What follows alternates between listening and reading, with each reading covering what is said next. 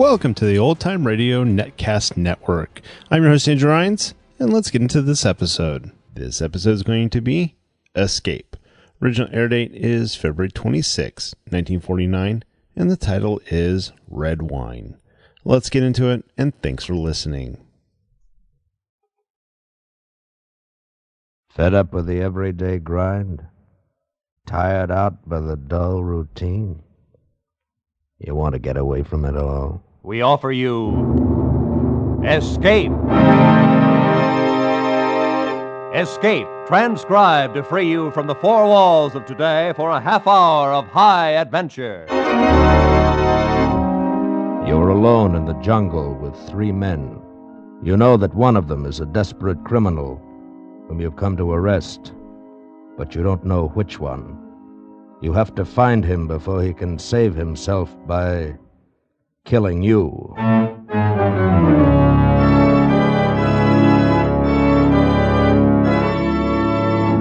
Today we escape from reality into the depths of a tropical jungle in a tantalizing search for a murder, as L.G. Blochman told it in his famous story, Red Wine.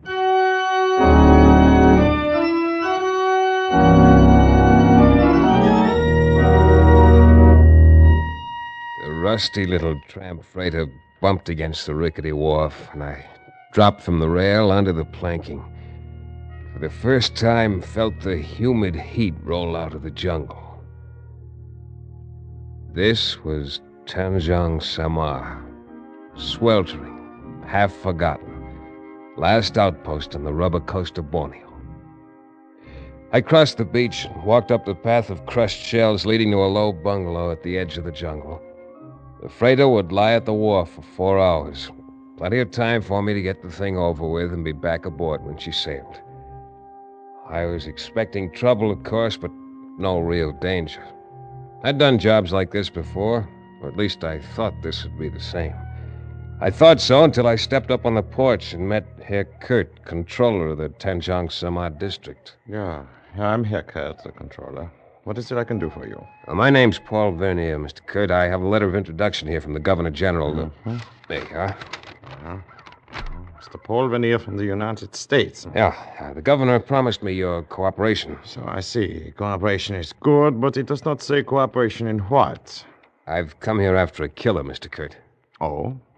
Dayaks, maybe? Headhunters? No, this one's a civilized killer. An American wanted in San Francisco for murdering his wife. His name is Jerome Steeks. I see. Won't you sit down, Mr. Vernier? Won't Kim, you call. Shit, Pon. I'll bring right away. We'll have coffee in a moment. Well, nice of you, but maybe I better pick this guy up first. I'd hate to miss the boat and have to lay over 5 days. You're acquainted with this Steeks, Mr. Vernier? No, I've never seen him. You have photographs? Afraid not. Nor fingerprints. Now, this happened 2 years ago. Until last month, we had it listed as a double suicide. Oh, what are you driving at, Mr. Kurt? Simply this. There's no one in my district by the name of Steeks. No, he wouldn't be using his own name, of course. There is an American here, though. 3 of them, Mr. Vernier. Employed as foreman on the Kota rubber plantation here at Tanjong Samar. According to my information, Steeks came here from Batavia about 6 months ago. They all arrived 6 months ago on the same boat. The Kota company is just going back into operation, you understand? I see. Well, according to people who have seen him, Jerome Steeks is a man about 35 years old, of medium height, slight build, pale complexion, with black hair and mustache. Amazing. Any one of these men might fit that description, except that all are clean-shaven and heavily tanned from the tropical sun. Furthermore, Mr. Vernier, all 3 of the men have light blonde hair. Good. Pour 2 cups, Wong. I'll have Wong bring your baggage up from the wharf, Mr. Vernier. It appears your business may take a little longer than 4 hours. I'm certain of the information I got in Batavia. I know the man's here. Then the problem resolved itself into a matter of identification. Well, an hour's talk with the 3 of them ought to do that. I doubt that, Mr. Vernier. The swarms here at Tanjong Samar are infested with fever. Oh? Cream. It is always hot, like now. And the jungles back there swarm with krites. Krites? A deadly little snake no longer in your forearm. There you are. you. And in the rivers, there are crocodiles. So? Men rarely come here unless they are running away from something, trying to lose their past. I think you'll find all three men have manufactured stories. So, I was one to choose. Well, sometimes a man can be identified by his personality. And the personality of this man Steeks is, it's something out of the ordinary. For a foreman on a rubber plantation, yes. I doubt if all three of these men can be aristocrats. And in a sense, well, that's what Steeks is, a cosmopolitan. He's lived all around the world, always associating with top society. He's a lover of fine foods and wine, speaks French and German fluently. What's on? Well, he's a gourmet, a bon vivant, a man of perfect taste in clothes and manners. And a murderer. Yeah, and a murderer. Yeah, well. When just three men return this evening, I shall be most happy to introduce you to them, though it's quite probable they are aware of your identity already. My houseboy there told me you were a detective before you stepped off the wharf. Oh, I see. So, in other words, the murderer probably knows who I am and what I'm here for, but I haven't the slightest idea who he is. Exactly. It's quite an interesting thought, isn't it? More coffee, Mr. Finnear?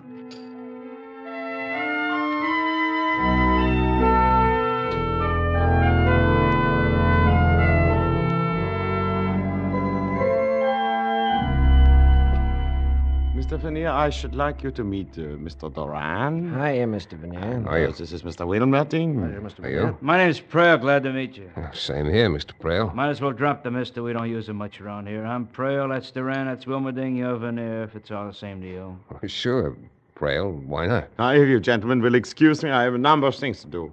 Will you bring Mr. Veneer to my bungalow for dinner?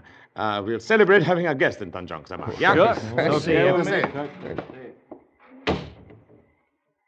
Herr Kurt tells me all three of you are Americans. I don't know whether I'm still one or not.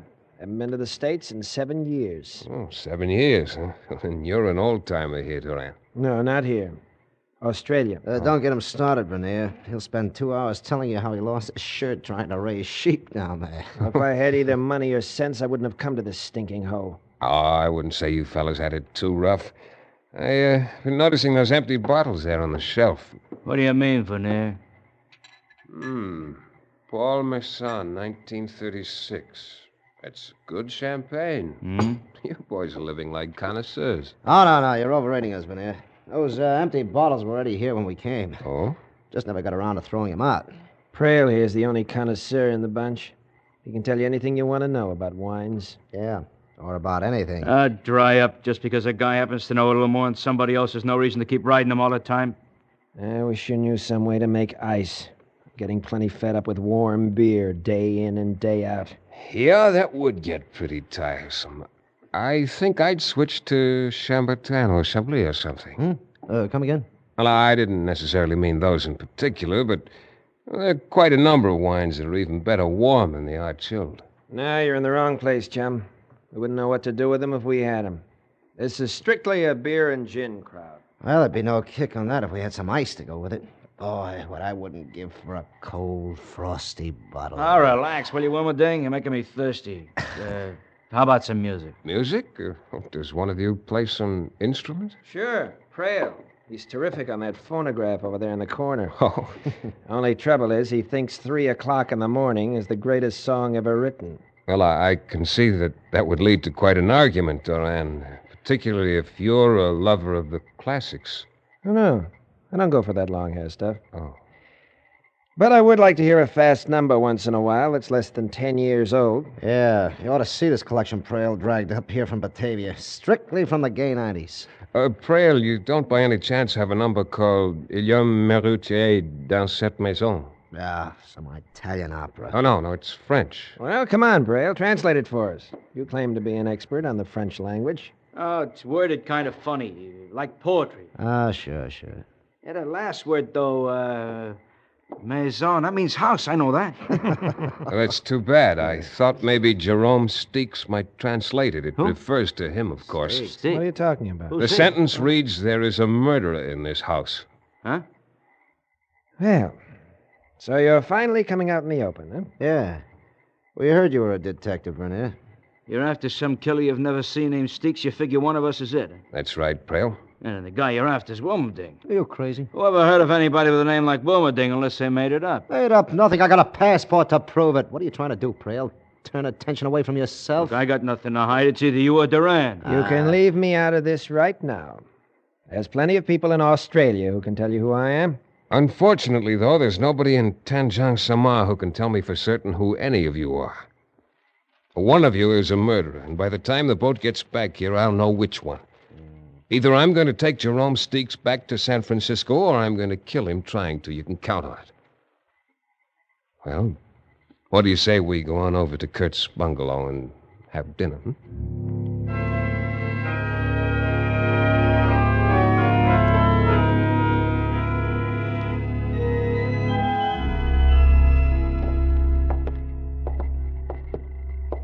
That's Wilmerding's room there. Durant sleeps here. And Prale on down at the end. I see. And this is the guest room. Oh. At least the only guest room that's usable at present. Well, looks all right. Well, it's yours for the time you're here, Mr. Veneer. Oh, do all of these rooms open out onto the porch? Yes, the veranda, as we call it here. And there's no way to lock this door? Unfortunately, no. Anyway, the windows are covered only by mosquito netting. It makes another interesting situation, does it not? Yeah, I suppose interesting is the word for it. Most likely all these gentlemen are acting to a greater or lesser extent, which of course makes your problem exceedingly difficult. Yeah, that's right. Mr. Kurt, you did say a man rarely came here unless he wanted to lose his past. And yet, you're here. Yeah, that is true.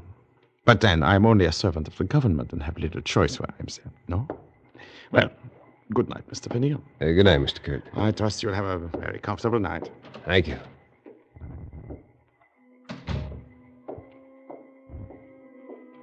I sat there for a long time after Kurt left, trying to figure things out, getting nowhere.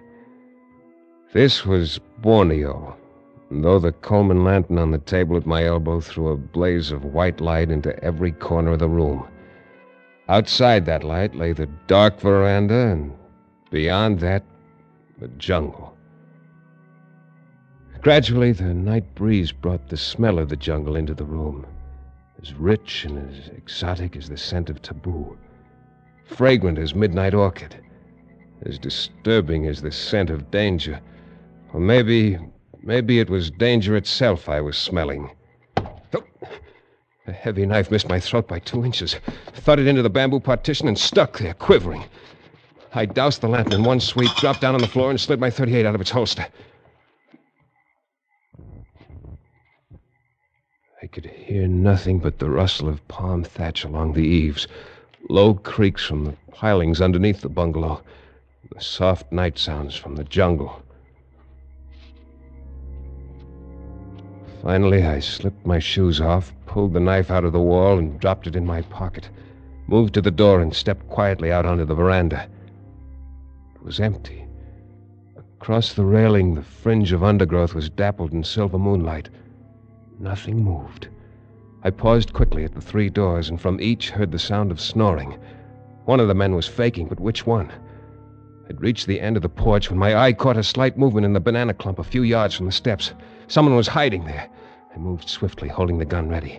Came within a few feet before I could make out a shape in a red and white sarong, complete with dark tumbled curls and a flower behind one ear. It was a girl. Please, Tuan, the gun. You are going to shoot me? No, relax, honey. I was looking for somebody else. Oh. And now you have found Nelana, so you are disappointed?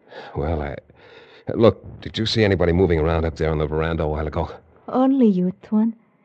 I became frightened and ran to hide. Frightened? Why? I should not be here.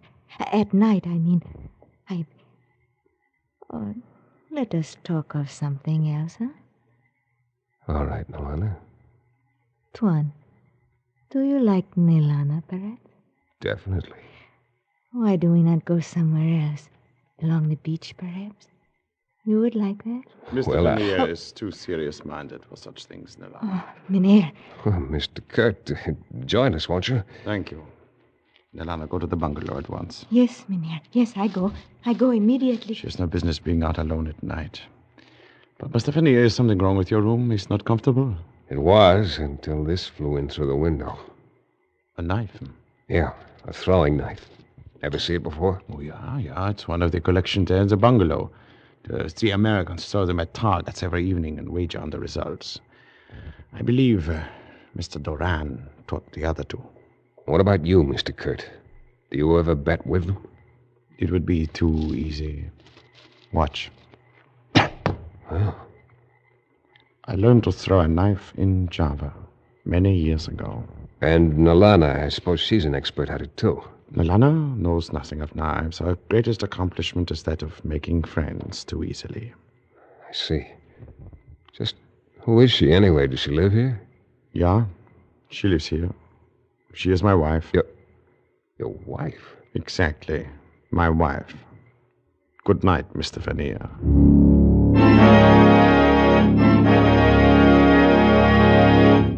In just a moment, we will return to Escape.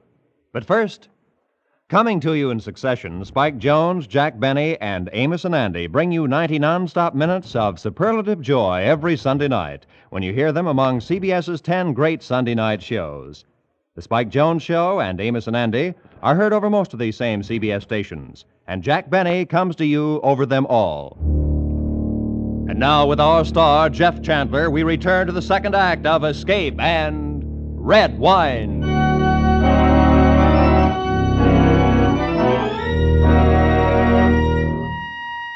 When I finally turned in that night, I didn't make the mistake of lighting the lantern again. Being a target once in an evening was enough. I undressed in the dark, pushed the bed up to block the door, propped a chair against the windowsill, and lay down on the floor. I kept trying to fit some theory together to account for the things that had happened. When I drifted off to sleep, I was no nearer any answer than before.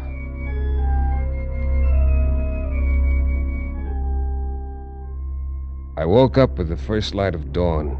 For a full minute was ready to predict a peaceful day. And then I turned my head slightly and saw it. On the floor, against the wall, 18 inches from my left hand, its eyes open and unmoving, lay a Krite, first cousin to the cobra, the deadliest snake in Borneo. Cold sweat broke out on my forehead, ran into the corners of my eyes. Not daring to make any sudden move, I slid my right hand slowly up behind me and found my gun under the pillow. The snake moved slightly. I froze for one long minute. Carefully, I brought the gun over until I had the ugly head centered above the foresight. Then... What's the company? Who fired that shot? I did, Kurt, in here. Hey, Kurt, what's all the shooting about? Find out now, Joanne. Mr. Finier. Oh, all right. Oh, sure, Kurt. Come on in. I had an early morning visitor there on the floor. God, a Krite. Did he bite you? No, he What didn't. the devil's all the racket about? Ah, snake. That's funny. What's funny, Duran? A Krite, Wilmerding. Just killed one here in my room.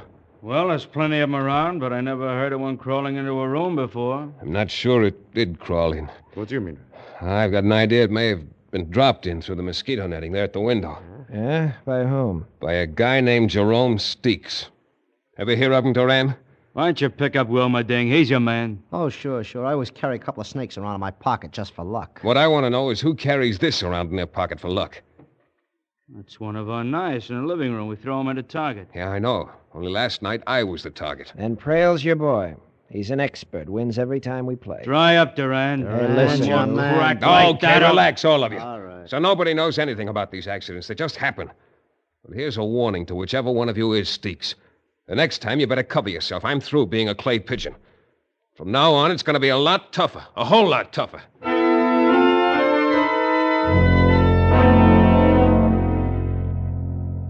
That day passed. The next. I got exactly nowhere. Things didn't fit, didn't add up. I saw Nalana several times, but had no chance to speak to her. When Herr Kurt was with me, she'd pass without a glance, but if I was alone, she'd manage a quick, provocative smile that sent shivers down my spine. By the fourth day, the tension among us had grown almost unbearable. The steamer was due the next evening on its return trip to Batavia. I needed a break of some kind, had to have one.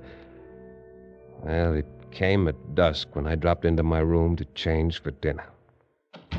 Tuan. Huh? It is I, Nelana. Nelana, what the devil are you doing here? To see you, Tuan. Does that make you unhappy? No, but I doubt if Herr Kurt would think much of the idea. Oh, no, he must not find out. That is why I hide here and wait for you. But he may walk in here any moment. That is true, Tuan. It is why I cannot stay now. But I wish something to ask you. All right, honey, shoot. It is true that you look for a man who has killed a woman in your United States? Yeah, that's right. A man who now names himself by another name? Yes, Nelana, do you It know... is perhaps the same one who one night threw the knife at you? Yeah, I think so. Do you know who it is? I saw the knife thrown, Tuan. I was outside. Oh, be quiet. Oh, it is someone. Yeah, it's Herr Kurt. Oh. He's going into the living room. But he will come here when he does not find you. Oh, I am very frightened, Tuan. I must go. Oh, no, wait. I've got to know. No, there's no time now. Tonight, when everyone sleeps, wait by the tall palm at the edge of the clearing. I will come. All right, I'll be there. Nelana has done foolish things, Tuan. But tonight she will fix it all good. You come.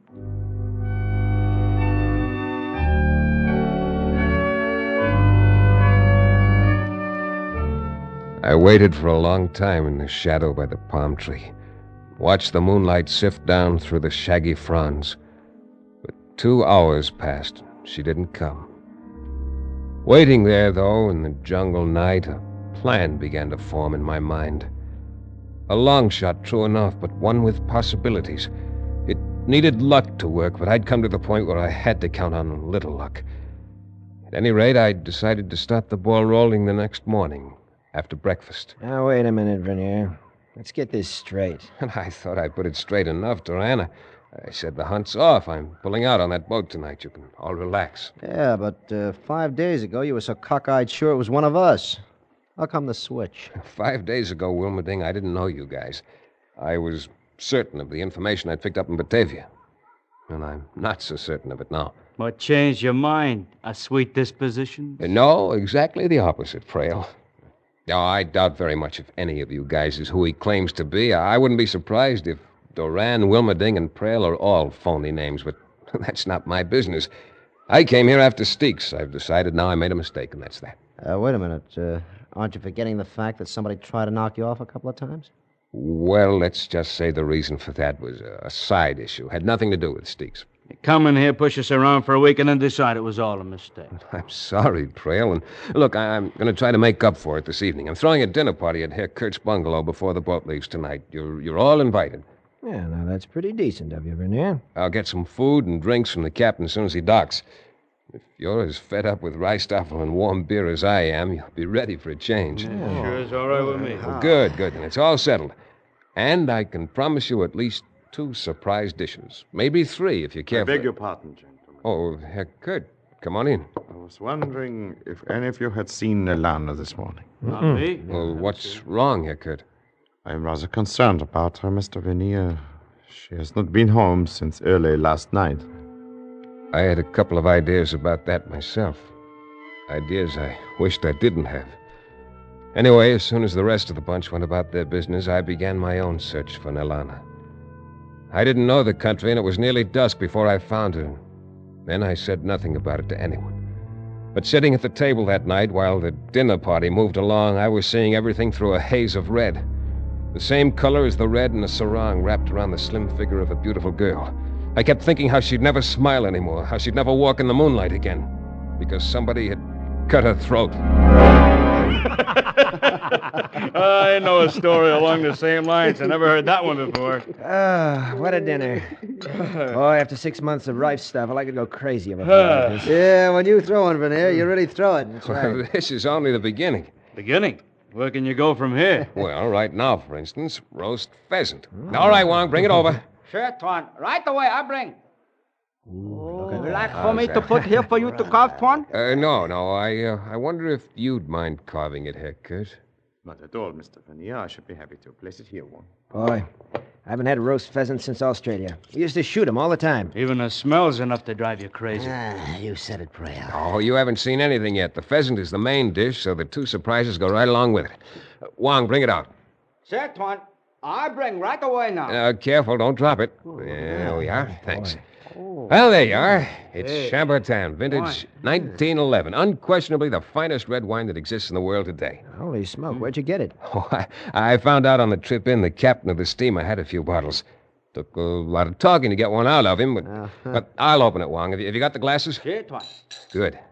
Well, boys, you may go back to warm beer tomorrow, but you got the best tonight. Now, Wang, show him the second surprise. One big bucket ice. Ice! Real honest to gosh, cracked ice. Oh, I haven't seen a chunk of ice for 6 months. Oh, I thought you'd go for that one.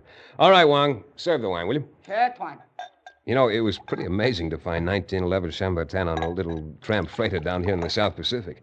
The stuff's so rare, it's hard to get at any price anymore. Maybe so, but that ice is what gets me. Yeah. That's it, Wang. Dump plenty in mine. Oh, Wong, stop that. What the devil are you... What's the matter, Wilmerding? Why... Well, what I mean is... You mean you're well aware of the fact that ice kills the bouquet of Chambertin? Isn't that it, Steaks? Steaks? You mean Wilberding?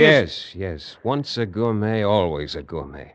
A crook with enough sense to keep his hair dyed black for years so he could become a natural blonde if he ever had to make a getaway. But not enough sense to keep still and let me ruin a bottle of wine. Hey, easy with those hands. Don't try reaching for a gun. Let him reach for it, Mr. Fenneal. Kurt, no. Put down that knife. Look out, Veneers. Go for his gun. Too late.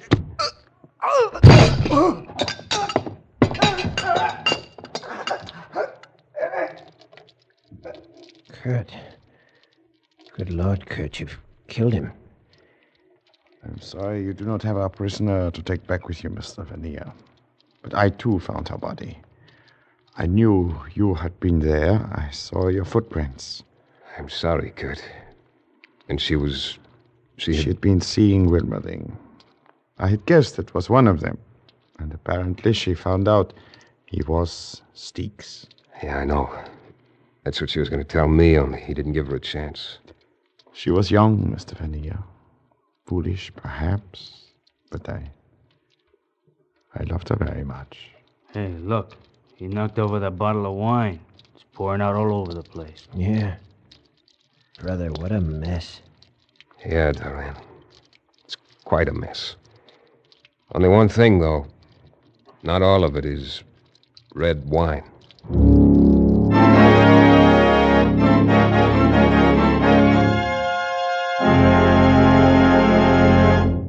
Escape is produced and directed by Norman MacDonnell. Today, we have presented transcribed Red Wine by L.G. Blochman, adapted for radio by Mort Lewis and Les Crutchfield, with editorial supervision by John Dunkel. Starred as Paul Vernier was Jeff Chandler, with Barry Kroeger as Herr Kurt. Featured players were David Ellis, Lou Krugman, Jack Kruschen, and Laurette Fillbrandt. The special music was arranged and played by Ivan Ditmars. Next week... You are flying over the lonely wastes of the Pacific, lost, torn by the fury of a typhoon, your gasoline running out, and ahead of you is an adventure so strange, so terrifying, that your mind cannot accept it.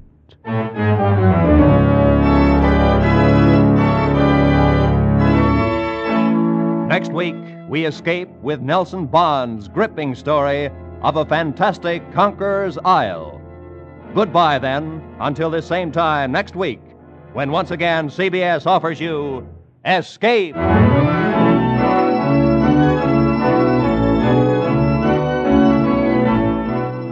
Broadway is my beat, says Danny Clover, and he's proud of it. Tomorrow afternoon, over most of these same CBS stations, you'll hear the first of Danny's adventures. You'll hear how a real cop with a real purpose for running down a murderer goes about his business, backed by the world's largest police department. Listen in as Danny declares, Broadway is my beat. Now, stay tuned for 5 minutes of the latest news, to be followed by Let's Pretend, over most of these same CBS stations.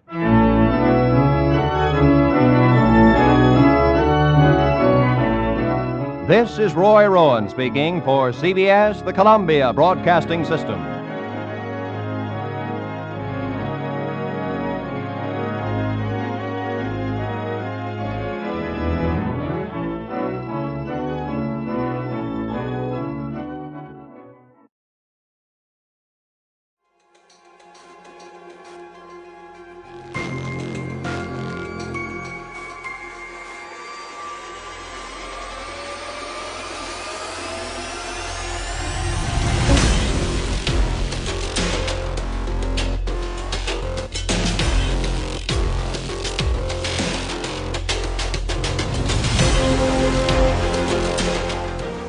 Welcome back. I hope you enjoyed this presentation from the Old Time Netcast Network.